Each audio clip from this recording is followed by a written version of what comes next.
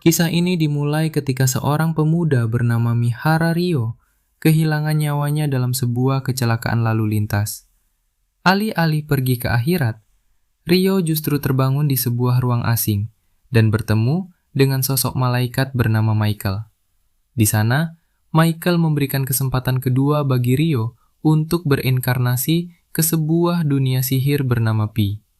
Karena Ryo mendambakan kehidupan yang santai dan damai, sang malaikat mengirimnya ke hutan Rondo. Michael membekalinya dengan rumah, persediaan makanan untuk 2 bulan, pelindung anti-monster, serta ensiklopedia panduan pemula. Ryo juga dianugerahi elemen air, sebuah kekuatan yang nantinya akan ia kembangkan dengan sangat luar biasa. Setelah tiba di dunia baru, Ryo mulai mempelajari kemampuan sihirnya. Ia menyadari bahwa sihir di dunia ini tidak memerlukan rapalan mantra, melainkan cukup dengan imajinasi yang kuat. Pada awalnya, Ryo hanya bisa memanggil air dingin biasa dan kesulitan membuat air panas untuk berendam. Namun, ia tidak menyerah. Dengan memanfaatkan pengetahuannya tentang struktur molekul dan ikatan hidrogen, Ryo berhasil menciptakan es. Melalui pemahaman ilmiah tersebut, ia akhirnya bisa membalikan proses tersebut untuk memanaskan air guna memenuhi kebutuhan sehari-harinya. Sadar bahwa persediaan makanan akan habis, Ryo mulai bersiap untuk berburu di luar area pelindung. Ia menyadari sebilah pisau saja tidak cukup untuk bertahan di hutan yang penuh bahaya. Oleh karena itu, ia melatih sihir penyerang seperti bola air. Karena daya hancurnya lemah, Ryo memodifikasinya menjadi semburan air tajam bernama Water Z. Tak hanya itu, ia juga berhasil menyempurnakan serangan tombak es. Meskipun pada awalnya teknik ini sangat lambat dan sulit diarahkan dalam pertarungan. Petualangan Ryo yang sesungguhnya dimulai ketika ia memberanikan diri keluar dari batas pelindung rumahnya. Saat menyusuri sungai, ia menemukan kuarsa sebagai pemantik api dan tanaman herbal sebagai penawar racun. Namun, ketenangannya terusik ketika seekor monster babi hutan menghadang jalannya. Sempat gemetar karena takut, Ryo berhasil mengendalikan diri. Ia menggunakan sihir lantai es untuk membuat monster itu tergelincir, lalu menghabisinya dengan belasan tombak es sekaligus. Dari kejadian itu, Ryo menyadari bahwa dunia barunya menyimpan banyak ancaman besar, termasuk naga dan iblis. Tak butuh waktu lama bagi Ryo untuk menghadapi ujian berikutnya. Saat sedang menikmati buah di hutan, ia diserang oleh seekor burung pemangsa yang sangat agresif. Serangan angin dari monster tersebut membuat Ryo terdesak. Di tengah situasi genting, kreativitas Ryo menyelamatkannya. Ia menciptakan sebuah gunung es kecil yang melesat ke arah musuh dan menghantam wajahnya hingga melukai salah satu matanya. Pengalaman bertarung ini membuat kontrol sihir Ryo berkembang dengan sangat pesat. Keanehan lain muncul ketika Ryo bertemu dengan sosok kesatria tanpa kepala bernama Dullahan di dalam hutan. Berbeda dengan monster biasa, Dullahan ini tidak menyerang untuk membunuh, melainkan tampak sengaja melatih kemampuan bertarung Ryo setiap malam. Melalui latihan keras tersebut, Ryo malah diberi sebuah senjata legendaris bernama Pedang Raja Peri. Namun, ancaman belum berakhir karena burung pemangsa yang dulu pernah ia lawan, kini kembali dalam wujud evolusi berwarna hitam legam. Monster tersebut bahkan memiliki kemampuan mengerikan untuk membatalkan sihir milik Ryo. Pertarungan sengit kembali pecah di tengah hutan. Ryo mengerahkan seluruh kemampuannya, membangun dinding es berlapis-lapis untuk menahan gempuran badai angin, sebelum akhirnya memberikan serangan fatal yang mengakhiri hidup sang monster dengan penuh rasa hormat. Tepat setelah pertarungan melelahkan itu selesai, sesosok naga raksasa yang ramah bernama Lewin tiba-tiba muncul dan menyapanya lewat telepati. Lewin yang terkesan dengan kekuatan Ryo menjelaskan bahwa pedang di pinggang Ryo adalah milik Raja Peri. Setelah mengobrol singkat, naga tersebut berpamitan untuk pergi. Sementara itu, jauh di alam dewa, Malaikat Michael yang sedang memeriksa catatan reinkarnasi baru menyadari sebuah kecerobohan besar. Ternyata, ia lupa memberitahu Rio bahwa pemuda itu memiliki sebuah atribut tersembunyi yang sangat langka, yaitu kemampuan untuk awet muda selamanya. Rio sangat terkejut saat mendatangi pantai demi mencari ikan bakar kesukaannya, tetapi ia justru menemukan area tersebut berantakan. Di tengah puing-puing kapal karam, ia menyelamatkan seorang pria bernama Abel yang terdampar. Setelah siuman di rumah Rio, Abel sangat bersyukur bisa selamat dan menyadari dirinya satu-satunya korban hidup dari kapal penyelundup. Di sana, Abel sempat heran dengan penampilan Rio yang sangat sederhana, karena tidak memiliki kain atau benang untuk menjahit baju layak pakai. Saat disajikan daging buruan premium, Abel mengira Rio berburu menggunakan pisau kecil biasa. Rio pun meluruskan kesalahpahaman tersebut dengan memamerkan sihir air miliknya tanpa rapalan panjang. Abel terkejut karena di negara-negara Tena hanya setengah populasi yang bisa menggunakan sihir, dan ia sendiri tidak memiliki kemampuan tersebut. Abel meminta Rio mengantarkannya ke pantai untuk memeriksa sisa kapal karam. Dalam perjalanan, Abel bersikeras berada di barisan depan untuk menghadapi bahaya demi menjaga harga dirinya sebagai petarung. Sesampainya di pantai, mereka mendapati mayat korban lainnya telah hilang dimakan monster atau tersapu ombak. Abel meminta Rio memanggil namanya secara langsung agar lebih akrab. Karena barang yang dicarinya hilang, Abel berencana menuju kota Lun di utara. Sadar dirinya buta arah, Abel menawarkan upah kepada Rio untuk memandunya ke kota tersebut. Rio menerima tawaran itu dan meminta waktu 1 hari untuk bersiap. Malam harinya, Rio pergi menemui Dulahan, ksatria tanpa kepala yang selama ini melatihnya di hutan Rondo. Mereka melakukan pertarungan sengit terakhir sebelum Rio meninggalkan hutan untuk sementara. Sebagai hadiah perpisahan, Dulahan memberikan sebuah jubah istimewa kepada Rio. Keesokan paginya, Rio dan Abel memulai perjalanan mereka. Saat seekor monster menyerang, Abel menunjukkan kemampuannya menggunakan jurus pendekar tikaman penembus untuk mengalahkannya. Rio sangat takjub melihat teknik fisik hebat tersebut karena ia mengira serangan kuat hanya bisa dilakukan dengan sihir. Perjalanan mereka terhambat oleh sekumpulan lizardmen di daerah berlumpur. Mereka memutuskan mundur ke area hutan kering agar bisa bertarung lebih mudah.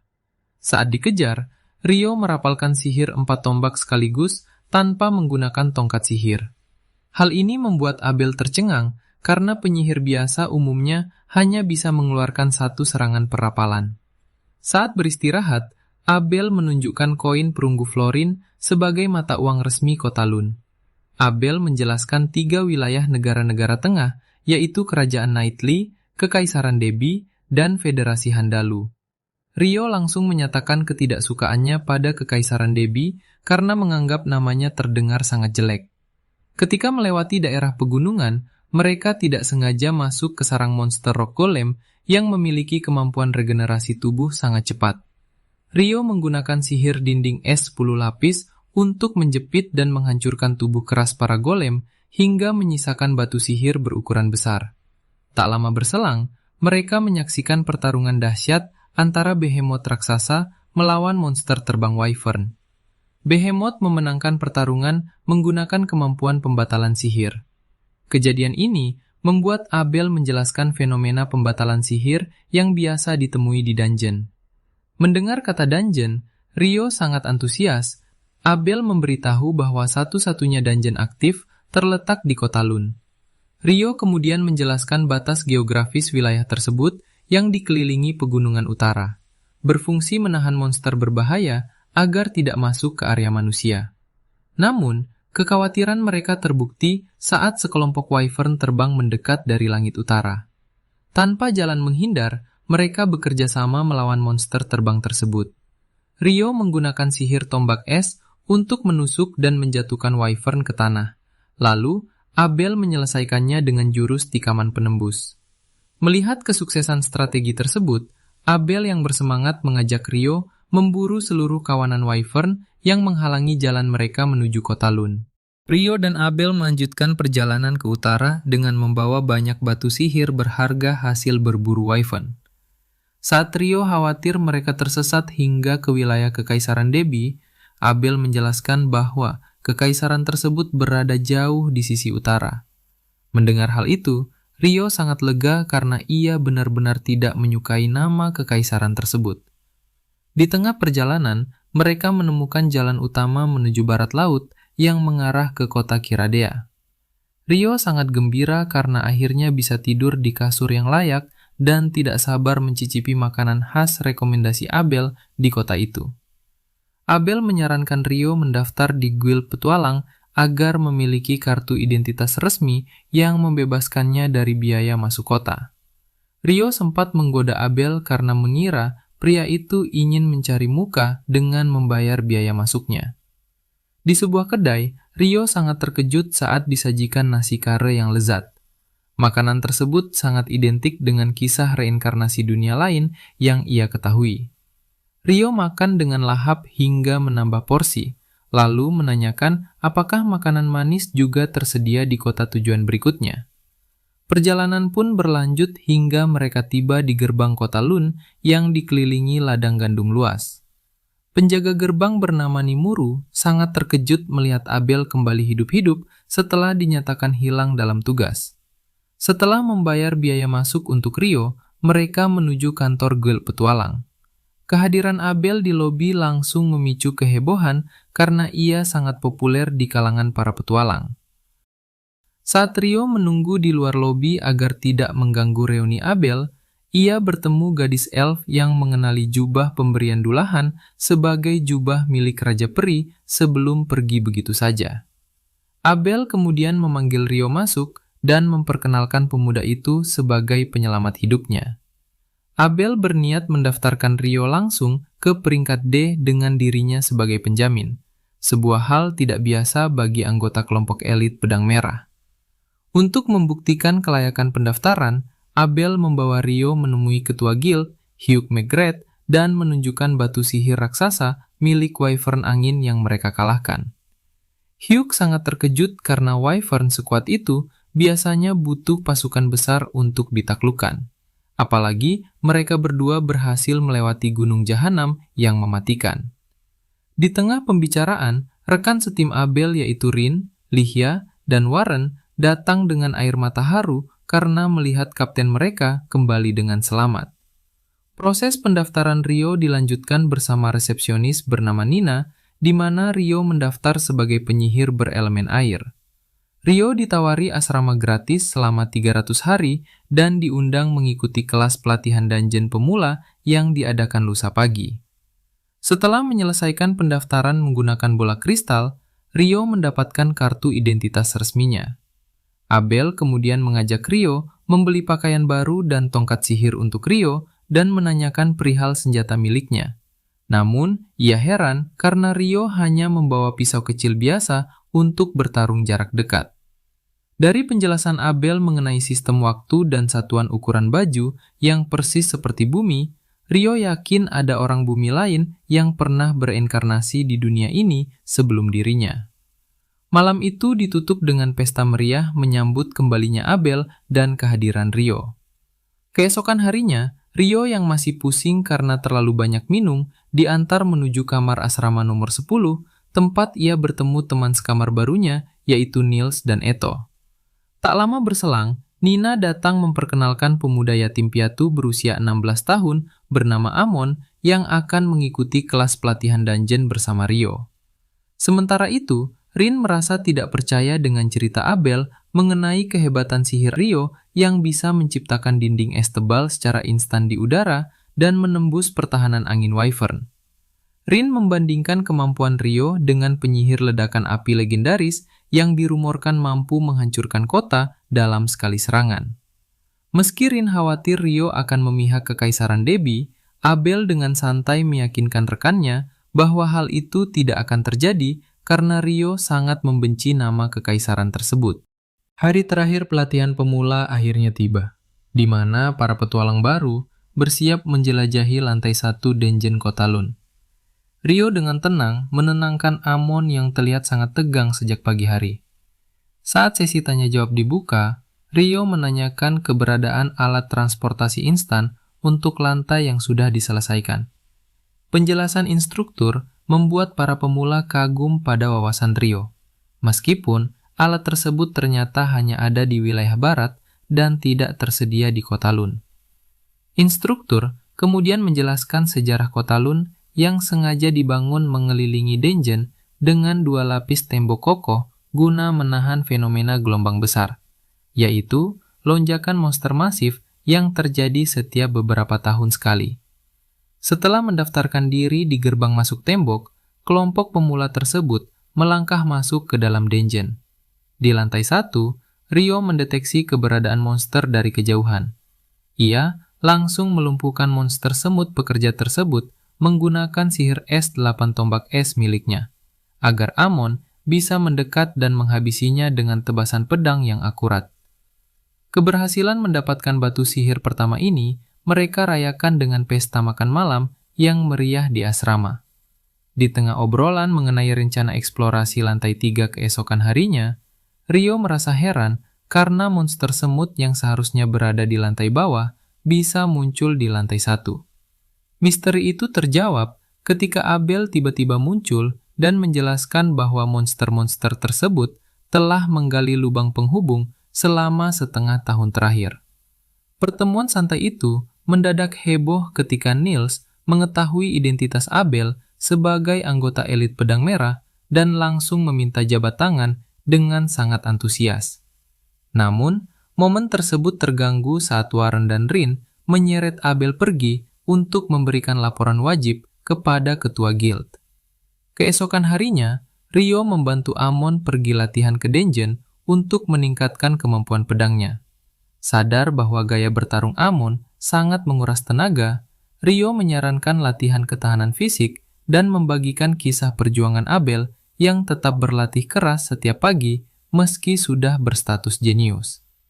Setelah latihan selesai, Rio memutuskan pergi ke perpustakaan kota yang megah untuk mencari buku panduan alkimia dasar.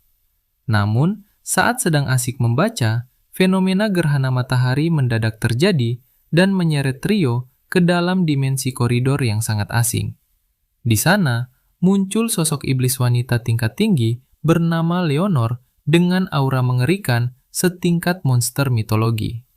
Menyadari dirinya terjebak, Rio terpaksa bertarung mati-matian menggunakan sihir pertahanan es untuk menahan badai api neraka dan tombak angin Leonor yang sangat mematikan. Melihat jubah Raja Peri yang dikenakan Rio, Leonor langsung menyerang menggunakan pedang dengan kecepatan luar biasa. Pertarungan sengit jarak dekat pun tidak terhindarkan. Rio memanfaatkan ilmu pedang dari gurunya untuk menangkis setiap tebasan cepat Leonor, bahkan sempat mendaratkan serangan telak ke tubuh sang iblis. Sayangnya, kemampuan regenerasi instan Leonor membuat luka tersebut menutup dengan cepat. Di saat pertarungan semakin memanas, batas waktu dimensi koridor tersebut tiba-tiba habis. Leonor memutuskan untuk menghentikan serangan karena dimensi aneh di luar kendalinya itu akan segera menutup. Sebelum menghilang, iblis wanita itu memperkenalkan namanya dan berjanji akan menjadi sosok yang menghabisi nyawa Rio di pertemuan mereka berikutnya. Kembali ke dunia nyata dengan tubuh lelah dan luka di bahunya, Rio bergegas memeriksa rekening guildnya dan sangat terkejut saat mengetahui nilai jual batu sihir wafer miliknya sangat tinggi, membuatnya kaya raya dalam sekejap. Ketika hendak membeli buku, Rio melihat Niels dan Amon sedang dihajar habis-habisan oleh petualang arogan bernama Dan di jalanan. Tanpa ragu, Rio mengintervensi perkelahian tersebut. Ia sepakat dengan ucapan Dan bahwa kelengahan di medan tempur adalah kesalahan mutlak. Sebelum akhirnya, Rio menghajar Dan dengan satu serangan telak yang membuatnya terkapar seketika. Setelah memberikan ramuan penyembuh kepada rekan-rekannya, luka di bahu Rio pun disembuhkan oleh sihir penyembuh milik Eto. Meski berhasil selamat dari ancaman maut Leonor, Rio menyadari bahwa dunia luar menyimpan bahaya yang jauh lebih besar dari yang pernah ia bayangkan.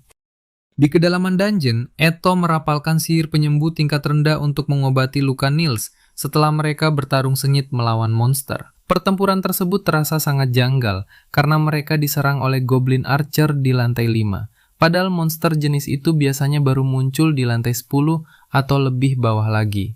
Menyadari adanya bahaya yang tidak biasa, Niels memutuskan agar tim mereka segera kembali ke permukaan demi keselamatan bersama. Sementara itu, Rio sedang sibuk melatih kemampuan sihirnya di area terbuka untuk mempersiapkan diri menghadapi ancaman sekuat iblis Leonor. Ia mencoba memadukan sihir es dan air untuk menciptakan teknik pendorong cepat bernama Water Jet 256 demi meningkatkan kecepatan geraknya di darat. Sayangnya, eksperimen tersebut berakhir dengan kegagalan yang membuatnya terpental keras ke tanah.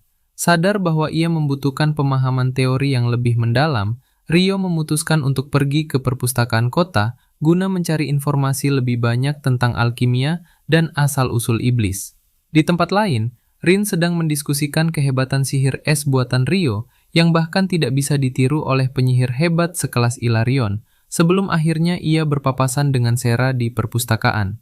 Kembali ke Guild, Niels dan Amon segera melaporkan kemunculan Goblin Archer di lantai 5 kepada Nina, yang kemudian langsung menyampaikannya kepada ketua Guild. Kabar darurat ini membuat ketua Guild segera mengumpulkan 2 kelompok elit peringkat B, yaitu Pedang Merah pimpinan Abel dan Pasukan Putih pimpinan Phelps. Ketua Guild menjelaskan bahwa kemunculan monster kuat di lantai atas merupakan pertanda kuat akan terjadinya fenomena gelombang besar, sebuah bencana lonjakan monster masif yang sudah 10 tahun tidak pernah terjadi di kota Lun. Kedua tim elit tersebut akhirnya menerima misi darurat dengan bayaran tinggi untuk segera turun ke dungeon dan mengonfirmasi situasi tersebut keesokan harinya. Keesokan paginya, Rio berpamitan kepada Niels dan Amon untuk pergi ke perpustakaan wilayah utara yang terkenal menyimpan buku-buku khusus dan arsip terlarang bagi petualang tingkat tinggi. Di saat yang sama, Abel dan pasukan gabungan bersiap di depan pintu masuk dungeon dengan perasaan cemas yang sangat kuat. Abel meminta Rin menggunakan sihir anginnya untuk memindai kondisi lantai 1 dungeon. Hasil pemindaian tersebut sangat mengejutkan karena mendeteksi ratusan monster yang sudah berkumpul di ruang utama lantai 1 dan siap menyerbu keluar. Menyadari bahaya besar sudah di depan mata, Abel segera memerintahkan seluruh pasukan untuk mundur dan bersiap melakukan pertahanan di atas tembok pertama. Di perpustakaan utara, Rio kembali bertemu dengan Sera, seorang petualang solo ras elf. Sera menawarkan bantuan untuk mencari buku panduan alkimia yang membahas cara mengendalikan golem, sebuah impian jangka panjang yang sangat ingin dicapai oleh Rio. Namun, keheningan di perpustakaan berbanding terbalik dengan kekacauan yang terjadi di gerbang dungeon. Gelombang besar monster akhirnya pecah dan ribuan goblin menyerbu keluar permukaan dengan sangat agresif. Pasukan pertahanan kota bersama para petualang segera membombardir para monster dari atas tembok menggunakan sihir dan panah yang terus dipasok oleh Niels dari kota. Melihat situasi yang semakin kritis, dengan kemunculan 3 jenderal goblin dan 1 raja goblin di garis belakang, Abel dan Phelps memimpin pasukan elit mereka untuk melompat turun dari tembok dan melakukan serangan balik secara langsung. Pertarungan berlangsung sangat sengit ketika Raja Goblin tiba-tiba melepaskan tebasan angin raksasa yang sangat mematikan, bahkan tanpa ragu mengorbankan pasukannya sendiri demi menghabisi para petualang.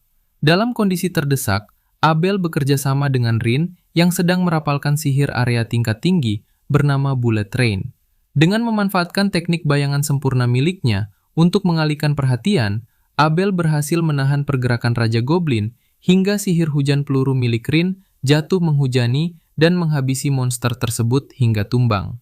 Pertempuran besar itu pun akhirnya berhasil dimenangkan dengan selamat berkat kerjasama yang luar biasa dari para petualang elit. Suasana kota pasca badai gelombang besar dipenuhi kesibukan luar biasa. Di kantor Guild, para staf kewalahan mengurus laporan keuangan, tagihan penanggulangan bencana, hingga rencana restorasi fasilitas kota. Di tengah kekacauan administrasi itu, para petualang justru merayakan kemenangan mereka di kedai minum setelah larangan alkohol akhirnya dicabut. Niels dan Eto menceritakan kehebatan Abel saat mengalahkan Goblin King, di mana Abel berhasil menghindari sihir angin tingkat tinggi berkat jurus pedang legendarisnya yang bernama Bayangan Penuh. Saat Trin dan Lihia akhirnya menemukan Abel yang sedang mengobrol santai dengan Rio, terungkap fakta menarik tentang kemampuan Rio. Pemuda itu mengaku bisa menciptakan dinding es setinggi 40 meter di udara tanpa menggunakan mantra sama sekali. Bagi Rio, merapal mantra panjang hanyalah masalah selera agar terlihat keren. Sebuah alasan santai yang membuat Trin dan Lihia geleng-geleng kepala karena kemampuan luar biasa Rio yang benar-benar di luar nalar manusia biasa. Masalah baru muncul ketika Guild memutuskan menutup gerbang dungeon selama sebulan, membuat para petualang kelas bawah kehilangan mata pencaharian. Niels bersama rekan-rekannya mengeluh karena kehabisan misi pencarian di permukaan. Di saat yang sama, Rio yang sedang mencari biji tembaga sihir untuk latihan alkimia juga kesulitan karena barang tersebut habis di pasaran.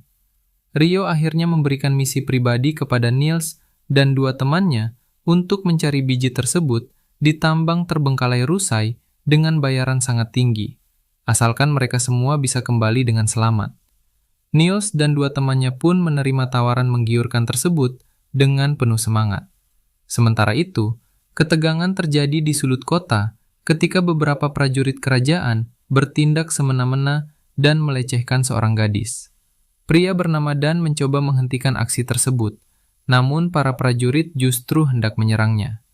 Berkat bantuan sihir tersembunyi dari Rio, salah satu prajurit mendadak jatuh terpeleset dengan konyol. Situasi semakin mereda setelah Phelps, sang pewaris pertama keluarga Markis Heinlein sekaligus pemimpin pasukan putih, datang menghentikan anak buahnya dan mengusir para prajurit arogan tersebut. Phelps kemudian menyapa Rio dan memuji kemampuannya setelah mendengar banyak cerita menarik dari Abel saat pesta kemenangan sebelumnya.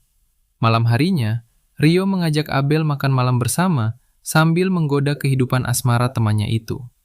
Abel kemudian menceritakan bahwa situasi kota sedang tidak aman karena kedatangan para prajurit kerajaan yang mengawal tim investigasi dari ibu kota, di mana beberapa dari mereka ternyata memiliki niat buruk. Benar saja, saat mereka berpatroli, mereka diserang oleh sekelompok petualang mencurigakan asal ibu kota. Setelah mengalahkan mereka dengan mudah, Rio menemukan sebuah alat alkimia aneh yang langsung diamankan sebagai barang bukti.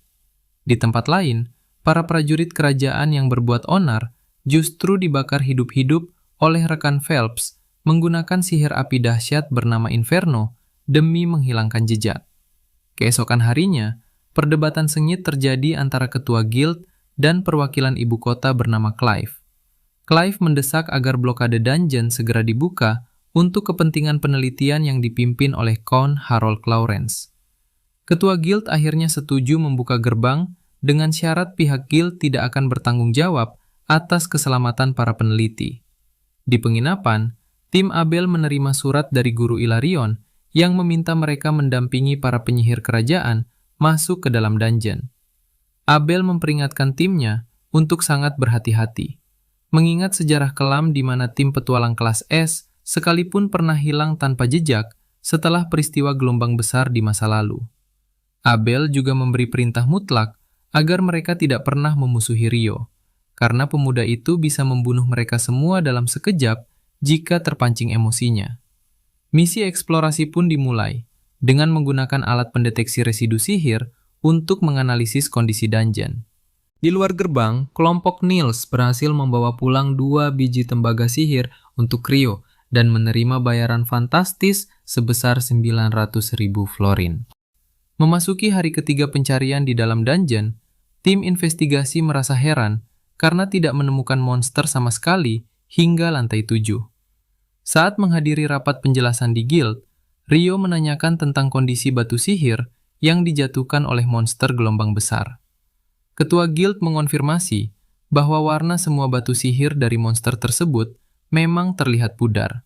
Sebuah petunjuk misterius yang langsung menarik perhatian Rio. Di kedalaman dungeon, tim eksplorasi akhirnya menemukan sebuah pusaran dimensi aneh yang mereka sebut sebagai gerbang. Namun, saat mereka mencoba mengukur kepadatan energi sihir di balik gerbang tersebut menggunakan alat detektor, para tim eksplorasi dan petualang tersebut tiba-tiba menghilang sepenuhnya secara misterius. Arthur menyadari bahwa mereka telah berpindah tempat setelah melewati sebuah gerbang misterius. Sementara itu, Clive Staple, selaku ketua peneliti menduga kuat bahwa gerbang tersebut adalah penyebab utama dari fenomena gelombang besar yang selama ini keliru diasumsikan berasal dari lantai bawah tanah terdalam. Clive merasa ini adalah peluang emas untuk mematahkan teori peneliti lain dan mengamankan posisinya sebagai ketua peneliti berikutnya demi reputasi pribadinya. Di saat yang sama, tim pemantau di permukaan panik karena sinyal deteksi dari tim investigasi mendadak hilang, lalu sempat muncul kembali sesaat di lantai 40 sebelum akhirnya benar-benar lenyap. Christopher Brett dari Universitas Sihir yang bertanggung jawab atas misi ini menjelaskan kepada petugas bahwa tim investigasi serta para petualang kelas B mendadak lenyap tepat di depan matanya saat hendak memasuki dungeon. Kabar hilangnya tim ini langsung menyebar ke markas Guild Petualang. Sementara itu, Nina melaporkan situasi darurat ini kepada ketua Guild agar sang ketua segera datang ke area pintu masuk dungeon. Sang ketua Guild langsung bergerak cepat dan menginstruksikan seluruh staf untuk tetap bersiap siaga sembari menjaga agar informasi darurat ini tidak bocor kepada para petualang lain di kota demi menghindari kepanikan massal. Sementara itu di perpustakaan, Rio yang sedang kebingungan mencari dokumen dibantu oleh Sera untuk menemukan catatan kuno terkait hubungan antara fenomena gerhana dan gelombang besar. Sera menjelaskan bahwa berdasarkan data sejarah, gerhana selalu terjadi sebelum gelombang besar melanda wilayah Lun. Rio mencurigai adanya keanehan pada warna batu sihir milik monster-monster gelombang besar yang cenderung pudar, mengindikasikan bahwa monster tersebut baru saja tercipta atau diproduksi secara massal dalam waktu singkat, bukan monster kuno yang sudah hidup lama di lantai terdalam. Sera yang terkesan dengan ketajaman analisis Rio, kemudian mengajaknya untuk melihat perkamen kuno rahasia yang disimpan di sudut perpustakaan. Kembali ke dalam dungeon, Arthur menyadari bahwa sensasi perpindahan paksa yang mereka rasakan sangat mirip dengan sihir teleportasi di wilayah barat.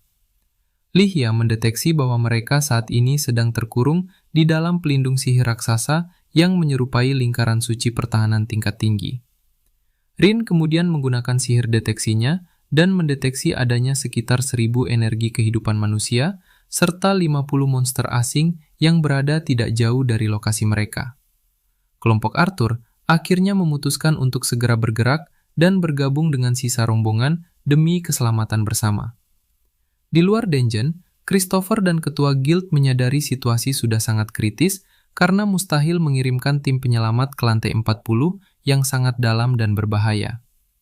Di area pertempuran, kelompok Clive diserang secara brutal oleh sekumpulan iblis atau devil yang kebal terhadap sihir biasa. Beruntung, tim Arthur dan kelompok Pedang Merah tiba tepat waktu untuk memberikan bantuan. Mereka menggabungkan berbagai sihir elemen untuk menembus pertahanan para iblis tersebut.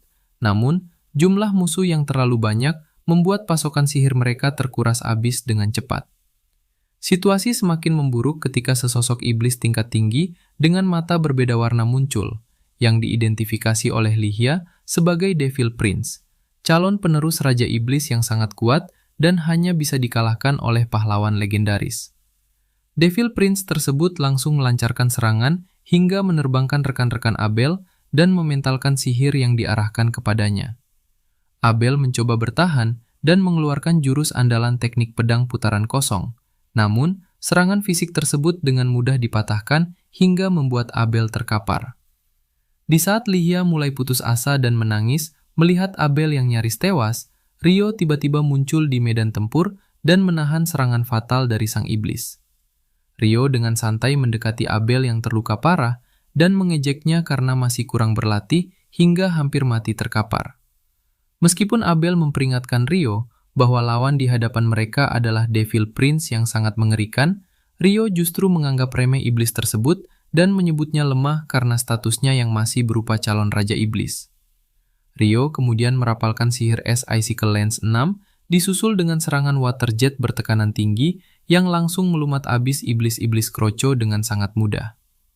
Rio berdiri dengan tenang di hadapan sang Devil Prince, lalu dengan penuh percaya diri menantang iblis tingkat tinggi tersebut untuk maju dan bertarung satu lawan satu dengannya. Beberapa waktu sebelumnya, di luar dungeon, Natalie berlari panik mencari Rio yang sedang berada di perpustakaan utara. Dalam perjalanan, ia bertemu dengan Rio dan memohon bantuannya sambil menjelaskan bahwa Abel dan rombongan tim investigasi mendadak lenyap secara misterius di dalam dungeon. Sambil berlari menuju lokasi kejadian, Natalie menceritakan bahwa Abel pernah berpesan agar selalu mengandalkan Rio dalam situasi darurat ketika mereka sedang tidak ada. Mendengar kepercayaan Abel yang begitu besar, Rio tersenyum tipis dan memutuskan langsung turun tangan membantu sahabatnya. Sesampainya di depan pintu masuk dungeon, petugas jaga mencoba menghadang Rio karena area tersebut sedang ditutup untuk umum. Tanpa membuang waktu, Rio merapalkan sihir dinding es untuk mengunci pergerakan para penjaga, lalu menerobos masuk tanpa permisi.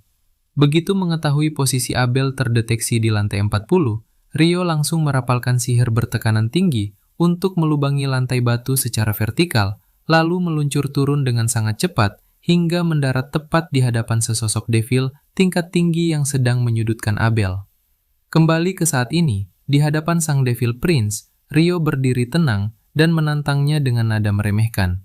Devil Prince langsung melancarkan serangan cepat, tetapi Rio dengan mudah menghindarinya, lalu menebas leher Devil Prince dalam satu tebasan.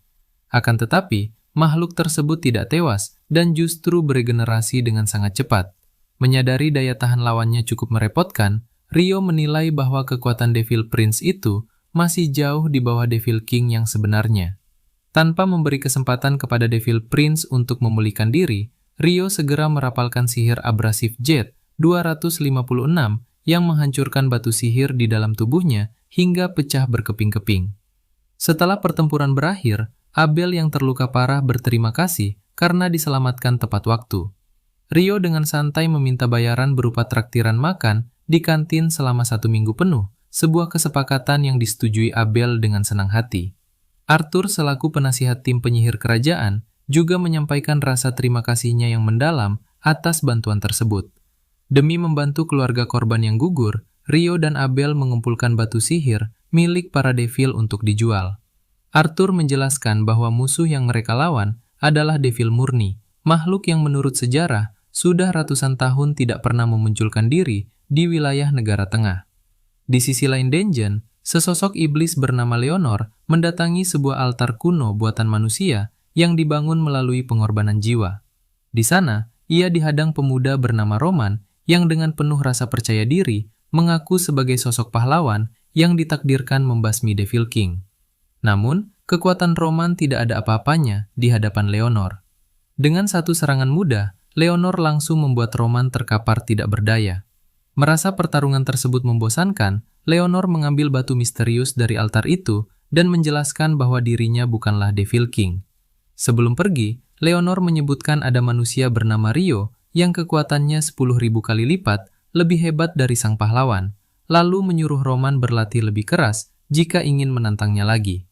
Kembali ke permukaan, rombongan Rio disambut hangat oleh ketua guild dan tim penyelamat yang cemas menunggu. Meski ketua guild sempat memarahi Rio karena melanggar aturan penjaga, ia sangat lega melihat semua orang selamat. Demi menjaga keamanan Rio dari incaran para bangsawan serakah yang bisa menyalahgunakan kekuatannya, Arthur dan ketua guild sepakat untuk menghapus nama Rio dari seluruh laporan resmi kerajaan dan guild petualang demi kebaikan bersama. Keesokan harinya, Rio kembali berlatih meningkatkan fisik bersama Niels dan 2 temannya agar staminanya lebih kuat. Setelah berlatih, saat sedang berjalan-jalan di kota, aroma lezat dari kare menuntunnya ke sebuah kedai kecil, tempat ia tidak sengaja bertemu Sera. Mereka pun makan siang bersama sambil mengobrol santai mengenai kehidupan masing-masing. Sera menceritakan pekerjaannya sebagai instruktur pedang prajurit daerah Lun, lalu mengajak Rio untuk melakukan latihan tanding di area terbuka demi menguji kemampuan mereka. Dalam duel sengit tersebut, Sera menggunakan teknik pedang angin yang sangat cepat, namun Rio mampu menangkis setiap serangan dengan pertahanan kokoh. Sera yang menyadari jubah milik Rio merupakan pemberian Raja Peri merasa sangat kagum dengan potensinya. Sebelum akhirnya, ia berpamitan untuk melatih cucu kepala daerah setempat. Saat berjalan kaki untuk kembali ke asrama, Rio dijemput oleh kereta milik ketua guild, dan saat berada di dalam kereta tersebut, ketua guild memberikan hukuman berupa misi pengawalan pulang pergi ke Witness sebagai sanksi formal atas pelanggaran kemarin. Tak lama kemudian, Niels mengajak Rio mengambil misi pembasmian tingkat D di desa asalnya, Abari. Meskipun Niels dan Eto baru naik ke tingkat E pasca peristiwa gelombang besar. Rio yang sangat bersemangat memburu skeleton dan goblin langsung setuju membentuk tim sementara bersama mereka. Sebelum berangkat, ketua guild menjelaskan bahwa misi ini sempat gagal di Kairadea karena penolakan warga desa yang sebenarnya ramah namun menyimpan rahasia adat. Ketua guild juga memperingatkan ancaman puluhan skeleton yang sempat melukai petualang terdahulu. Namun, mereka tetap optimis menyelesaikan tugas ini dengan baik, karena Rio ikut serta di tim mereka. Perjalanan mereka ke Abari berlangsung cepat berkat latihan fisik harian. Sesampainya di sana, Niels yang sempat dikenal sebagai pembuat onar disambut hangat oleh warga karena penampilannya yang kini jauh lebih dewasa. Niels kemudian memperkenalkan timnya kepada ketua desa bernama Boulan. Dalam pertemuan itu, Boulan menceritakan bahwa tim petualang sebelumnya ditolak karena bertarung hingga menumpahkan darah di hutan timur, sebuah area suci terlarang bagi manusia. Setelah itu, Niels menemui adiknya, sebelum akhirnya membagikan 2 rahasia desa kepada timnya, yaitu keberadaan roh pelindung di hutan timur serta kuil kuno yang dijaga oleh nenek tetua bernama Nasu. Keesokan harinya, tim menemukan jejak goblin di dekat desa. Rio mendeteksi 10 goblin mendekat dan langsung membekukan mereka menggunakan sihir es, menyisakan 1 monster untuk diikuti menuju sarangnya. Setibanya di gua sarang, Rio kembali membekukan penjaga luar sebelum mereka berhadapan dengan goblin general yang kuat. Meskipun sempat cemas karena perbedaan tingkat kekuatan, Rio dengan mudah mengikat sang jenderal dengan rantai es sehingga Niels bisa langsung menghabisinya untuk mengambil batu sihirnya. Setelah sukses mengatasi ancaman goblin, mereka menemui nenek tetua Nasu yang menuntun mereka menemui roh pelindung. Di tengah perjalanan, Eto menyadari simbol Dewi Ibu Bumi di sana. Nasu menjelaskan bahwa penduduk desa adalah pengikut Dewi kuno tersebut, yang ajarannya mulai terlupakan karena dominasi gereja Dewi Cahaya. Uniknya, para pengikut Dewi Ibu Bumi sama sekali tidak menggunakan mantra dalam sihir penyembuhan mereka. Setibanya di kediaman roh pelindung, mereka disambut oleh serigala raksasa bernama Kusin. Sang roh pelindung secara mengejutkan menyebutkan namanya langsung kepada Rio karena merasa nyaman dengan keberadaan Rio yang disukai para peri. Berkat kehadiran Rio pula, usia roh pelindung yang awalnya tersisa 10 tahun kini bertambah hingga 1000 tahun lagi.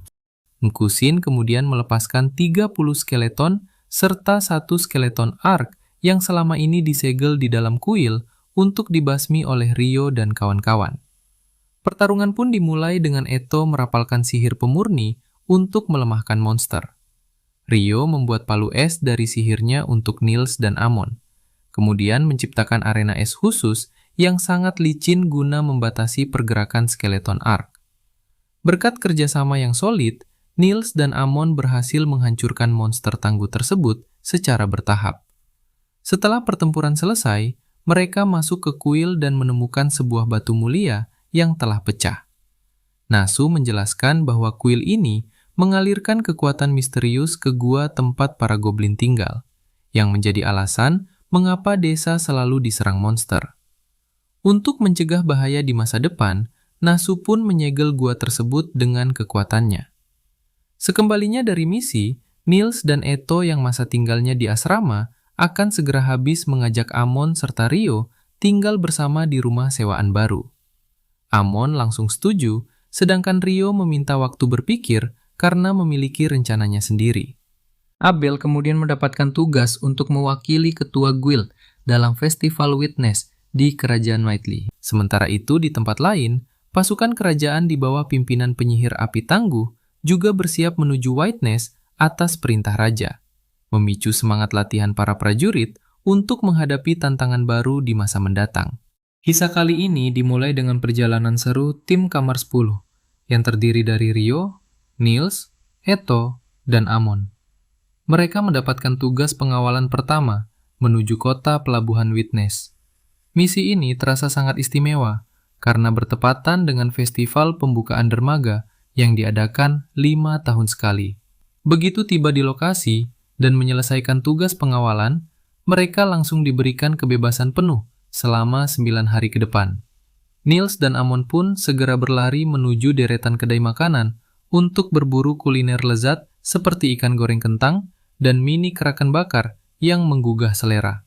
Namun, di balik kemeriahan tersebut, situasi politik sedang menghangat karena rencana kunjungan Kaisar Debi. Dua pejabat militer berspekulasi bahwa Kaisar sengaja memanfaatkan momen ini untuk menumpas para bangsawan pengkhianat selagi Putri Fiona, sang komandan pasukan sihir, sedang tidak ada. Kaisar sangat melindungi Fiona agar tidak perlu melihat pertumpahan darah yang kejam. Meskipun gadis berumur 17 tahun itu sebenarnya adalah penyihir jenius yang sangat berbakat. Tidak lama setelah itu, pangeran ketiga kekaisaran, Konrad Steinborn-Nemisa, tiba dengan mendampingi Putri Fiona yang kelelahan. Pangeran Konrad yang peka segera meminta adiknya beristirahat di kamar. Fiona merasa lega karena ia memang lebih menyukai suasana barak latihan dibandingkan dengan pesta bangsawan yang kaku. Di sudut lain festival, Rio dan teman-temannya terkejut melihat Abel duduk di meja tamu kehormatan. Lihia menjelaskan bahwa Abel sedang menyamar mewakili ketua Guild Lun yang berhalangan hadir. Mereka juga memperhatikan perisai sihir angin super tebal dari pusaka rahasia Witness yang melindungi area tamu agung untuk mencegah sabotase. Selain itu, mereka membicarakan sosok wakil komandan pasukan sihir, Oskar Ruska, yang dijuluki penyihir ledakan api karena kekuatannya yang konon mampu menghancurkan sebuah kota dengan sekali serangan. Saat berburu jajanan festival di tengah keramaian, Oskar sempat hampir bertabrakan dengan Rio yang memiliki refleks luar biasa. Oskar sendiri sibuk membelikan makanan karena Putri Fiona sangat ingin mencicipinya. Di sisi lain, Pangeran Konrad sempat menyapa Abel secara pribadi karena merasa wajah pemuda itu sangat mirip dengan seseorang dari masa lalunya. Pertemuan singkat itu berakhir sebelum Abel kembali menikmati festival bersama teman-temannya. Keseruan berlanjut di lomba memanah. Eto mencoba peruntungannya, namun semua tembakannya meleset jauh. Sementara Niels mengaku tidak bisa memanah sama sekali. Abel kemudian datang memberikan contoh luar biasa dengan menembak tepat sasaran hingga membuat semua orang kagum. Sementara itu di kota Lun, Sera mengunjungi kantor guild untuk mencari Rio guna memberikan informasi penting dari perpustakaan. Namun, Nina memberitahu bahwa Rio sedang menjalani misi panjang selama lebih dari seminggu. Keesokan harinya, festival dimeriahkan oleh lomba dayung perahu kategori petualang. Niels dan Amon bersaing sengit dengan Dan serta Sasha dari kamar 2. Lomba berlangsung sangat kacau karena peserta diperbolehkan saling menyerang. Meskipun tidak menang, kekacauan yang mereka buat justru berhasil menghibur penonton hingga mendapatkan penghargaan khusus. Setelah itu, mereka pergi melihat rain shooter, kapal ajaib mewah, bertenaga alkemi angin dan air. Eto yang merasa kekuatannya kurang, akhirnya memutuskan membeli busur silang penembak beruntun untuk membantu rekan-rekannya dalam pertempuran jarak menengah. Saat malam tiba, suasana damai mulai terancam oleh sekelompok orang mencurigakan yang merencanakan sabotase. Di saat yang sama, pesta formal kembali digelar dan Abel harus kembali menyamar karena ketua guild yang asli sudah pulang. Pangeran Konrad kemudian memperkenalkan adiknya, Putri Fiona, kepada Abel secara resmi.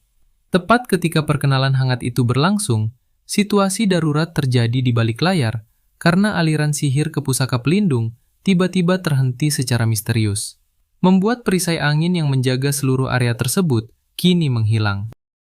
Sementara itu, cerita menampilkan kilas balik kenangan masa kecil Oskar bersama ayahnya dan guru pandai besi mereka, Rasan.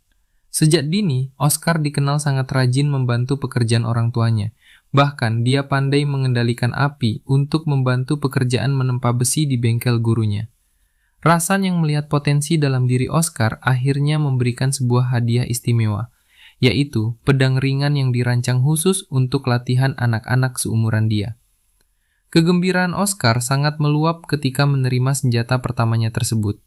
Kebahagiaan keluarga kecil ini berakhir tragis ketika desa tempat tinggal mereka terancam oleh kedatangan kawanan bandit kejam yang dipimpin oleh Boscona dan Pos. Mengetahui jumlah musuh mencapai lebih dari 50 orang tanpa tempat melarikan diri, Suna memutuskan bertarung sekuat tenaga demi melindungi seluruh warga desa. Ketika penyerangan brutal dimulai, Suna menyuruh Oscar membawa ibunya berlindung di rumah salah satu tetangga mereka. Suna kemudian melangkah maju ke garis depan berbekal pedang buatan Rasan, berharap bisa menahan gempuran dari para bandit. Sayangnya, pertahanan desa hancur berantakan dan kekacauan besar melanda. Ibu Oscar tewas mengenaskan akibat tebasan senjata para bandit, membuat anak itu terpaksa menggunakan pedang ringan barunya untuk melancarkan serangan balasan demi mempertahankan diri. Namun, perbedaan kekuatan membuat Oscar sangat mudah dikalahkan oleh Boscona. Beruntung bagi Oscar, kawanan bandit mundur lebih cepat karena kedatangan segerombolan serigala liar yang terpikat oleh bau darah segar di area pertempuran. Di tengah keputusasaan setelah kehilangan orang tuanya, Oscar yang terluka parah sempat menyerah dan berniat mengakhiri hidupnya saja. Namun, Rasan datang menyelamatkannya dan memarahi Oscar, mengingatkan bahwa dia harus terus bertahan hidup demi menghormati harapan terakhir dari kedua orang tuanya. Rasan kemudian menyuruh Oscar dengan sangat tegas agar segera berlari menyelamatkan diri ke arah sungai, karena kawanan serigala liar sangat membenci air. Oscar diselamatkan oleh penduduk desa lain yang menemukannya di pinggiran sungai dan dirawat oleh kakek pensiunan bernama Luke Roscoe. Melihat rambut merah menyala milik anak itu, Luke langsung teringat pada legenda kuno tentang berkat spesial dari Dewa Api bagi pemilik rambut merah. Setelah memulihkan seluruh luka fisiknya, Oscar bertekad kuat untuk menjadi jauh lebih tangguh dan meminta Luke agar bersedia mengajarinya seni bela diri pedang agar tragedi mengerikan di masa lalunya tidak pernah terulang kembali. Beberapa tahun kemudian, bandit yang dulu menyerang desanya kini menyerang kediaman Luke Roscoe. Boscona membunuh semua orang termasuk Luke, membuat Oscar murka dan melancarkan serangan ke arah Boscona dan melukai wajahnya. Namun, serangan tersebut justru membuat Boscona marah, lalu menusuk bagian perut Oscar. Pos yang menyadari prajurit akan datang, memerintahkan Boscona segera pergi dari tempat tersebut. Oscar yang masih hidup berjalan ke arah hutan dengan rambutnya yang tiba-tiba berubah warna jadi abu-abu. Cerita kemudian beralih ke masa kini, di mana Abel sedang mengadakan pertemuan diskusi penting mengenai rencana pelatihan untuk para petualang pemula di wilayah Witness meniru sistem sukses yang berjalan di kota Lun. Namun, di luar area pertemuan tersebut, serangan mendadak yang sangat terorganisir menghancurkan kedamaian pesta kebun, membuat Fiona dan kakaknya, Pangeran Conrad, yang sedang berada di tempat tersebut, terpaksa harus bertarung mati-matian demi melindungi diri. Dalam kondisi terdesak, Fiona memutuskan melepaskan kembang api merah ke langit sebagai sinyal darurat agar bantuan segera datang. Tidak lama setelah itu, Oscar langsung bergerak cepat setelah mendeteksi tanda bahaya tersebut. Pertempuran sengit pecah dengan berbagai sihir tingkat tinggi seperti hujan peluru dan perisai suci yang saling berbenturan di udara. Oscar tiba di lokasi tepat waktu untuk menyelamatkan Pangeran Conrad dan menyuruh pasukannya mengamankan sang pangeran. Sementara dia fokus mencari keberadaan sang putri yang terpisah akibat ledakan sihir dahsyat. Di tempat lain, Niels bersama teman-temannya sedang menikmati aneka jajanan festival sebelum tiba-tiba menyadari ada sesosok manusia yang terlempar dari langit akibat dampak pertempuran hebat. Niels dengan sangat sigap berhasil menangkap tubuh sang putri yang ternyata sudah pingsan akibat terluka parah. Tidak berselang lama, musuh misterius yang mengejar sang putri muncul dari kegelapan. Untungnya, Amon dan Eto berhasil mengalahkan musuh tersebut. Oscar yang baru saja datang memerintahkan Niels dan timnya untuk segera menjauh dari sang putri. Di tengah situasi itu, Oscar memerintahkan Niels beserta teman-temannya untuk menjauh dari Putri Fiona. Kemudian, Oscar menyerang Niels dan timnya dengan sihirnya. Dengan sigap, Eto merapalkan sihir perlindungan bernama Sanctuary, yang membuatnya muntah darah karena dampak sihirnya sendiri.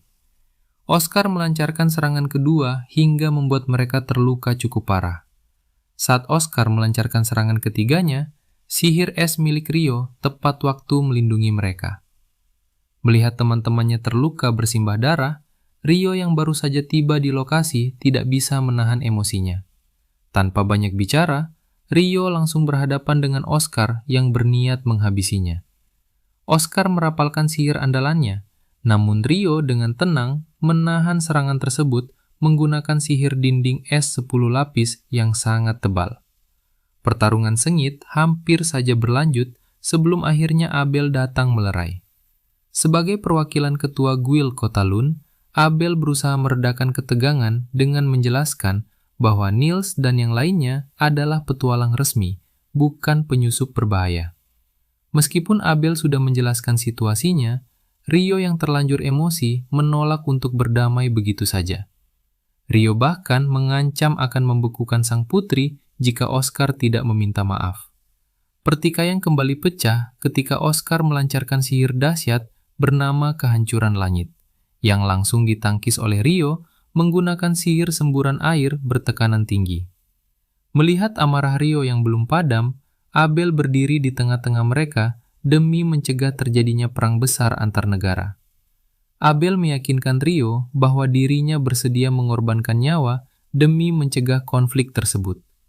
Tersentuh oleh keteguhan hati Abel, Rio akhirnya bersedia menghentikan serangannya dan membiarkan mereka membawa pergi Putri Fiona. Keesokan harinya, Niels dan kawan-kawan berhasil pulih sepenuhnya. Abel yang tampak sangat kelelahan mengabarkan bahwa kesalahpahaman semalam telah diselesaikan dengan damai tanpa ada tuntutan hukum dari pihak kerajaan maupun kekaisaran. Sebagai bentuk terima kasih karena telah menyelamatkan sang putri dari kejaran bandit, Niels, Eto, dan Amon menerima imbalan uang emas yang cukup banyak. Sayangnya, Rio tidak mendapatkan imbalan apapun karena dia baru tiba setelah para bandit tersebut dikalahkan. Meski demikian, misi pengawalan pertama mereka akhirnya dinyatakan selesai dengan sukses, dan mereka pun bersiap untuk kembali ke kota Lun. Sementara itu, Sera yang berada di kota merasa kesepian dan terus memikirkan Rio yang belum kunjung pulang. Sera menyadari bahwa perasaannya telah berubah drastis hanya dalam waktu 1 bulan sejak pertama kali mereka bertemu. Kemudian, Sera pergi ke kedai yang biasa ia datangi. Saat membuka pintu, Rio sudah berada di sana membuat Sera sangat bahagia. Sera yang sudah lama menunggu kepulangan Rio langsung mengajaknya ke perpustakaan.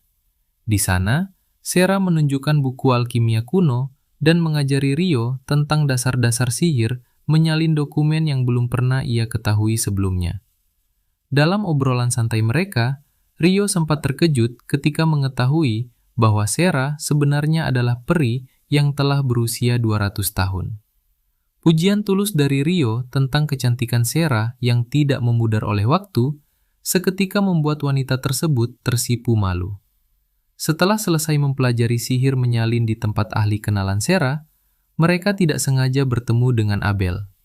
Di momen inilah, Sera memprotes cara bicara Rio yang masih terlalu formal kepadanya.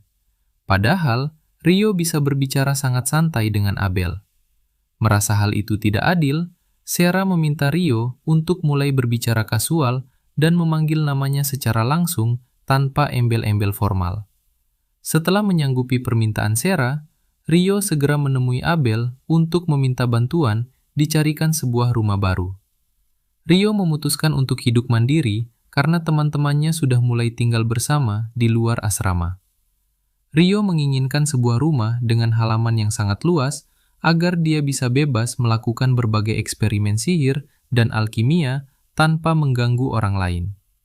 Menggunakan uang hasil penjualan batu sihir Wyvern yang bernilai sangat tinggi, Rio berharap bisa mendapatkan tempat tinggal yang layak. Walaupun sempat bercanda ingin membeli villa megah milik bangsawan, Abel mengingatkan bahwa properti semacam itu hanya boleh dimiliki oleh kalangan elit saja. Sebagai gantinya, agen properti merekomendasikan sebuah rumah pertanian mewah yang terletak di luar batas kota. Setelah memeriksa langsung kondisinya yang masih sangat bersih dan terawat, Rio tanpa ragu langsung membelinya secara tunai seharga 50 juta florin. Pertemuan pertama Rio dengan Oscar Ruska mungkin telah berakhir. Namun ini barulah awal dari takdir besar yang akan membawanya ke dalam pusaran konflik yang jauh lebih berbahaya di masa depan.